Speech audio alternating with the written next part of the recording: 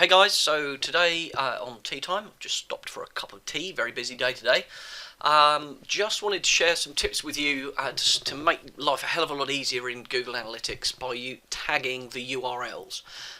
So just very briefly, the URLs you're using in your Facebook posts or Facebook ad campaigns or your Twitter posts, tweets, etc., etc., etc., wherever these URLs, wherever these links are going, you can place some tags on the end to tell Google Analytics where that traffic is coming from, but you can also tag it in a much more clever way to help you analyse what's happening from that source, what the people are doing that are coming from there. So a bit of background just very quickly. The first thing that you need to think about is start with what you want to see in Google Analytics and then work backwards.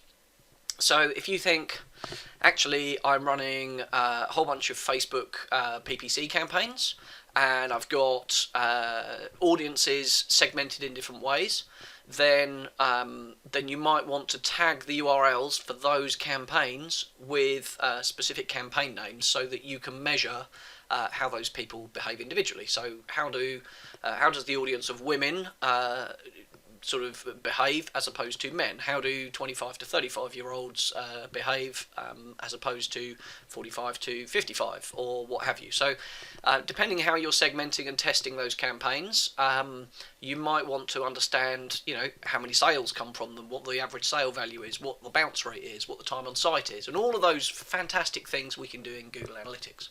So the first thing that we have to do is really define a tagging convention. So first thing, how do you want to segment and analyze this data in Google Analytics? Okay.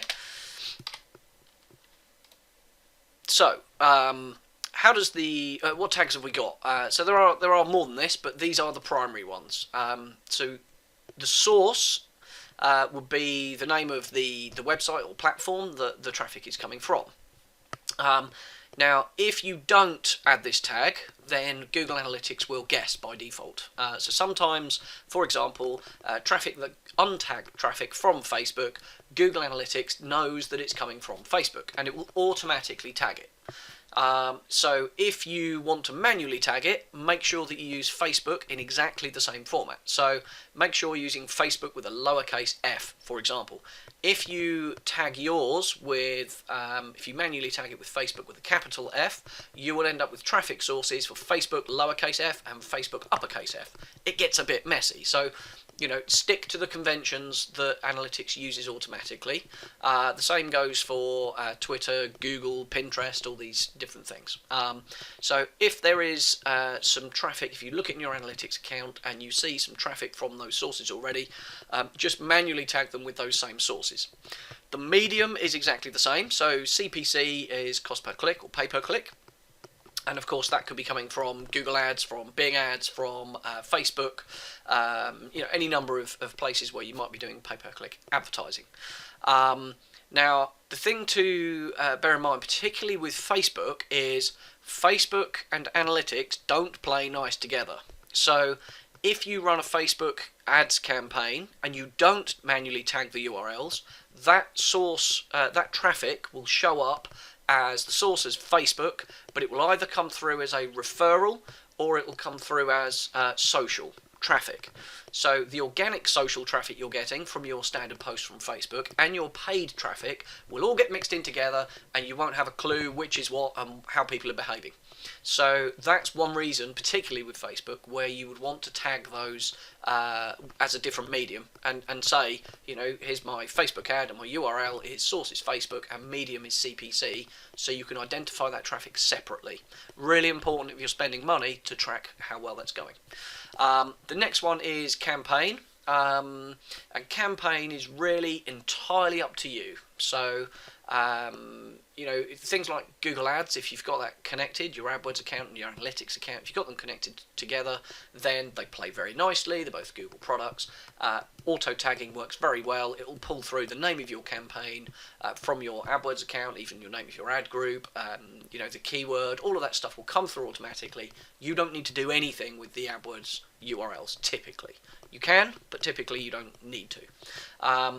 But something like this, for example, with the campaign, is, let's say you're running a Twitter campaign and you're targeting males and females separately, and then you've got them segmented into, let's say, 3 age groups each. So 3 age groups for women, 3 age group for men, and then obviously you'd use some targeting criteria.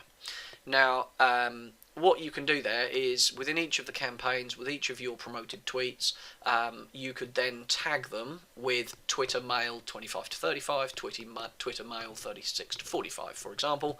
And then when those clicks, when that traffic comes through to your website in analytics, you'll be able to look at each of them individually, but you'll also be able to say, show me campaigns which include Twitter male, and it will show you all of your different groups, all of those sources together with all of the ages across the board. If you want to drill down further into the age groups, or you want to say 25 to 35, men and women, you would still be able to do that with that tagging convention. So just think about that when you're creating campaigns. Just put together a list of your individual campaigns, thinking about what you want to measure at the end. There's a keyword tag as well. Sometimes you can use this as a bit of a fudge, so if there's something else, some reference to something that you want to put in there that means something to you, then you can. By the way, if you are using the URL builder, you'll notice that there are some other, there's like add content, this kind of stuff, which you can put into the tags. If you don't specify them, it doesn't matter. Okay, so you don't have to specify every one. If you don't, analytics will either ignore it, like the keyword one, for example, or if you don't put a campaign name in, it will just ignore it. It will just come through as no campaign or not set, and it will probably guess the source and the medium from the site that was referring the traffic in the first place. So broadly speaking, really important tip, just define what that structure is going to be really before you start running campaigns, and it will just make it so much easier for you to measure the behavior of those different traffic sources in Google Analytics. So next up, let's just look at this. So the URL tagging format. So domain.com, so this would be your full web page you're sending traffic to, so your landing page, and then UTM source. So we do source equals, and then you would put the traffic source in here, so Facebook, Twitter, whatever you would like to do, and UTM medium is, and then specify the medium, and UTM term equals, so that's the keyword, and then UTM campaign equals Twitter male 20 to 35. So there is a URL tool to generate these, but it's pretty easy to just kind of go, well, if I copy that one, change the name of the URL, and I just change the campaign name to something else, then you can just manually type them in. It's pretty straightforward.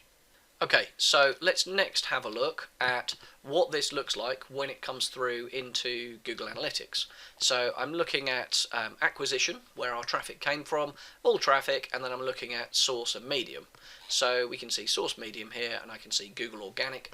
That happens automatically. Direct traffic, again, that happens automatically. Google CPC will come through because AdWords and Analytics are connected together.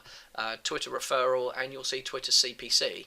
So Twitter CPC, these are manually tagged, that's why that's pulling that through. Bing CPC, again, Bing doesn't pass this information automatically either. So with Bing ads, you need to manually tag the URLs so that, if you want to push your campaign name from Bing and measure it in analytics, then you need to manually tag it and specify the campaign name. The same with Facebook CPC. Facebook doesn't pass that data automatically to Google Analytics, so you've got to manually tag the URLs. And then the same, Twitter with social, that will be automatic. Plus.google.com, again, that will be automatic. But you can see how these are coming through, and we're able to look at these segments automatically. So let's just have a look at Twitter CPC, and that will give me the data there. I could, if I wanted to, I could just say, let's just go back. Let's look at the just the medium, for example, and then that will pull together all of the CPC. So this is now just looking at anything that's tagged with CPC. So that's anything from AdWords, anything from Twitter, anything from Facebook, but only because we've manually tagged the URLs. Otherwise, it just comes through from Facebook either as a referral, or it just gets bundled in with this social group. And that isn't really what that traffic is. So Really tagging them right at the start gives you way better information at the end. What's my, how much traffic am I getting? How many new sessions? How many new users? What's my bounce rate? What are the pages? What's the visit duration? What's the conversion rate? All of those things that you need to do, particularly if you're spending money on paid ads, to query that data, understand and learn where you're making money and where you're not, and where you need to optimize to improve your results. So as usual, we have Google Analytics training courses and coaching. We do this one-on-one online with people. We'll set up a remote session just like this one, and we'll talk you through this and get you this configured for you so you can understand better what's happening on your website. So until next time, we'll do another show next week. Enjoy a cup of tea and get analysing those analytics stats.